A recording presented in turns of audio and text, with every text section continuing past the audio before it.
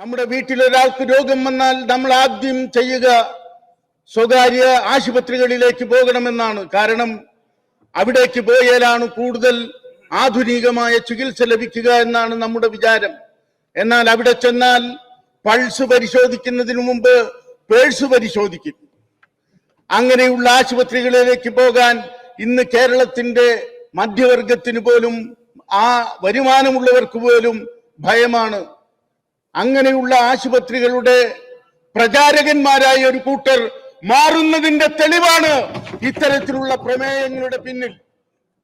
പൊതു ആരോഗ്യ മേഖല തകരുകയാണ്. ഇവിടെ ചികിത്സ ലഭിക്കില്ല, ഇവിടെ മരുന്നില്ല, ഇവിടെ ശസ്ത്രക്രിയ നടക്കുന്നില്ല, ഇവിടെ വേണ്ടത്ര ഉപകരണങ്ങളില്ല എന്ന് വരുത്തി തീർക്കേണ്ടത് ആരുടെ ചുമതലയാണ്? നിങ്ങൾ ആട്ടിപ്പുറത്താക്കാൻ ശ്രമിക്കുന്നത് മനുഷ്യ സ്നേഹികളായ ഒരുപറ്റം ഡോക്ടർമാരെയും ഒരുപറ്റം പാരാമെഡിക്കൽ സ്റ്റാഫിനെയുമാണ്. ലക്ഷക്കണക്കിന് രൂപ പോക്കറ്റുള്ളവർക്ക് അസുഖം വന്നാൽ പേടിക്കാനില്ല. അവർക്ക് പല വിധത്തിലുള്ള ചികിത്സാ സംവിധാനങ്ങൾ ലഭിക്കാനിടയുണ്ട്. എന്നാൽ പാവപ്പെട്ടവർക്ക് വന്നാലോ? നിങ്ങൾ പറയുന്നതിൽ കോവിഡിന്റെ കാര്യം മാത്രം എടുക്കുക. അന്നത്തെ പ്രതിപക്ഷ നേതാവായിരുന്ന രമേശ് ചെന്നിത്തല ഉൾപ്പെടെയുള്ളവർ ഈ കേരള നിയമസഭയിൽ പറഞ്ഞത് കേരളത്തിലെ ചികിത്സാ സംവിധാനമല്ല ശരി, അമേരിക്കൻ ചികിത്സാ സമ്പ്രദായം വേണം. മറ്റൊരാളുണ്ടല്ലോ, KPCCയിലെ ശാസ്ത്രജ്ഞൻ മുരളീധരൻ, അദ്ദേഹം പറഞ്ഞത് ഇവിടെ ചൂടുള്ളത് കൊണ്ട് ഇത് പരക്കാൻ പോകുന്നില്ല. ഇത് ഇടതുപക്ഷം പ്രചരിപ്പിക്കുന്നതാണ്. കോവിഡ് അങ്ങനെ പരക്കില്ല. 90 വയസ്സുള്ളവരെ കമ്മ്യൂണിറ്റി സെന്ററുകളിൽ പോയി ചികിത്സിച്ച് വീട്ടിൽ കൊണ്ടുചെന്നാക്കിയ പാരമ്പര്യമില്ലേ? ഇന്നലത്തെ പ്രമേയം പാളിപ്പോയതിന്റെ രണ്ടടയാളങ്ങൾ പുറത്തുണ്ട്. ഈ നിയമസഭയിൽ നിങ്ങൾക്കൊപ്പം ഇരിക്കേണ്ടവർ പ്രതിഷേധമാണത്രേ. ഇന്നും പ്രതിഷേധിച്ച് നിങ്ങൾക്ക് ഇറങ്ങിപ്പോകാം. പ്രിയപ്പെട്ട പ്രതിപക്ഷ നേതാവ് ഇന്നും രണ്ടുപേരുടെ പേര് പറയും.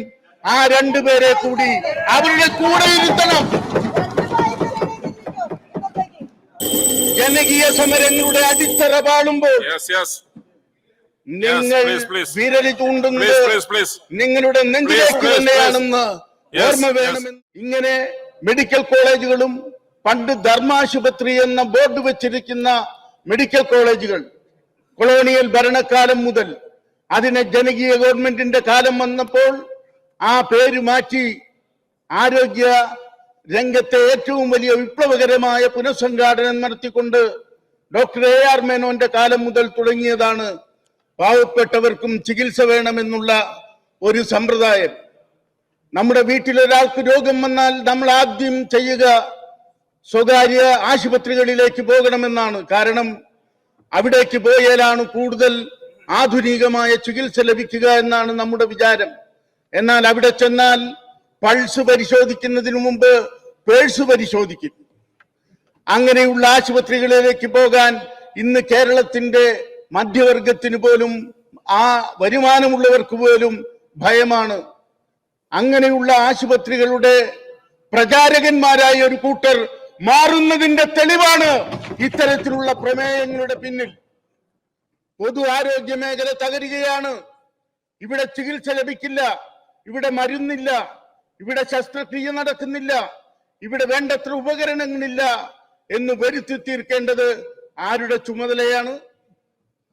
1632 വരുന്ന സർക്കാർ ആശുപത്രികളെ ഒറ്റപ്പെടുത്താനും 2000 ചില്ലുവാനം വരുന്ന സ്വകാര്യ ആശുപത്രികളെ എറണാകുളം കേന്ദ്രീകരിച്ചുകൊണ്ട് പടർന്നു വളരുന്ന കോർപ്പറേറ്റ് സ്ഥാപനങ്ങളെ അതിന്റെ പ്രചാരകന്മാരുടെ വേലയിലേക്ക് UDF തരം താഴരുത് എന്നാണ് എനിക്ക് അഭ്യർത്ഥിക്കാനുള്ളത്. ഇനി അമീബിക് മസ്തിഷ്ക ജ്വരത്തിന്റെ കാര്യത്തിലേക്ക് വരാം. ഇത് ഇവിടെ മാത്രമുള്ള രോഗമാണോ? കേരളത്തിൽ മാത്രമുള്ള രോഗമാണോ?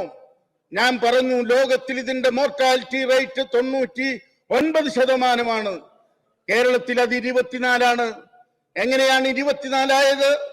നമുക്ക് ഡോക്ടർമാരുടെ സംവിധാനം മാത്രമല്ല, അതിനൊരു പാരാമെഡിക്കൽ സ്റ്റാഫിന്റെ സഹായവും കൂടി വേണം. നിങ്ങൾക്കറിയില്ലേ ലിനിയെ കുറിച്ച്? നിപ്പ പടർന്നു പിടിച്ചപ്പോൾ 4 നിപ്പ രോഗികളെ ചികിത്സിക്കുന്നതിന് വേണ്ടി ഒരു നേഴ്സ് കോഴിക്കോട് ആശുപത്രിയിൽ ഈ നിപ്പ രോഗികൾ കിടക്കുന്ന വാർഡിലിരുന്ന് ദുബായിലുള്ള ഭർത്താവിന് കത്തെഴുതി. കോഴിക്കോട് ആശുപത്രിയിൽ ഈ നിപ്പ രോഗികൾ കിടക്കുന്ന വാർഡിലിരുന്ന് ദുബായിലുള്ള ഭർത്താവിന് കത്തെഴുതി. ആ സ്ത്രീ എഴുതിയ കത്ത് എനിക്കൊരു പക്ഷേ നമ്മുടെ കുഞ്ഞുമകളെ വളർത്തി വലുതാക്കാൻ കഴിയില്ല.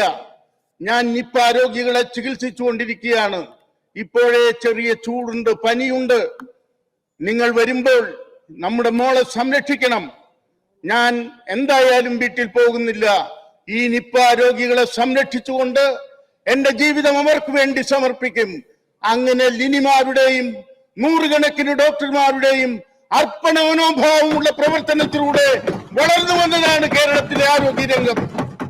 നിങ്ങൾ അടച്ചാക്ഷേപിക്കാൻ ശ്രമിക്കുന്നത്, നിങ്ങൾ ആട്ടിപ്പുറത്താക്കാൻ ശ്രമിക്കുന്നത് മനുഷ്യ സ്നേഹികളായ ഒരുപറ്റം ഡോക്ടർമാരെയും ഒരുപറ്റം പാരാമെഡിക്കൽ സ്റ്റാഫിനെയുമാണ്.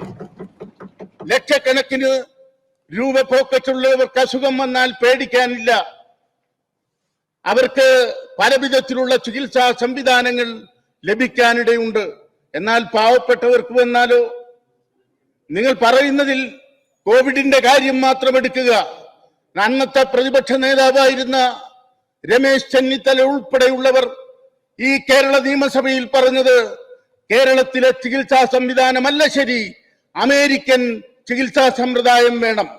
മറ്റൊരാളുണ്ടല്ലോ, KPCCയിലെ ശാസ്ത്രജ്ഞൻ മുരളീധരൻ, അദ്ദേഹം പറഞ്ഞത് ഇവിടെ ചൂടുള്ളത് കൊണ്ട് ഇത് പരക്കാൻ പോകുന്നില്ല, ഇത് ഇടതുപക്ഷം പ്രചരിപ്പിക്കുന്നതാണ്, കോവിഡ് അങ്ങനെ പരക്കില്ല എന്നൊക്കെയല്ലേ നിങ്ങൾ പറഞ്ഞത്.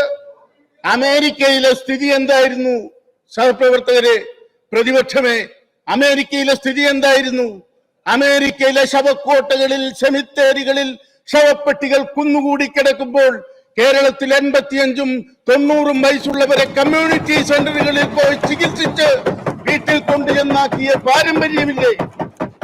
ഇന്നലത്തെ പ്രമേയം പാളിപ്പോയതിന്റെ രണ്ടടയാളങ്ങൾ പുറത്തുണ്ട്. ഈ നിയമസഭയിൽ നിങ്ങൾക്കൊപ്പം ഇരിക്കേണ്ടവർ പ്രതിഷേധമാണത്രേ. ഇന്നും പ്രതിഷേധിച്ച് നിങ്ങൾക്ക് ഇറങ്ങിപ്പോകാം.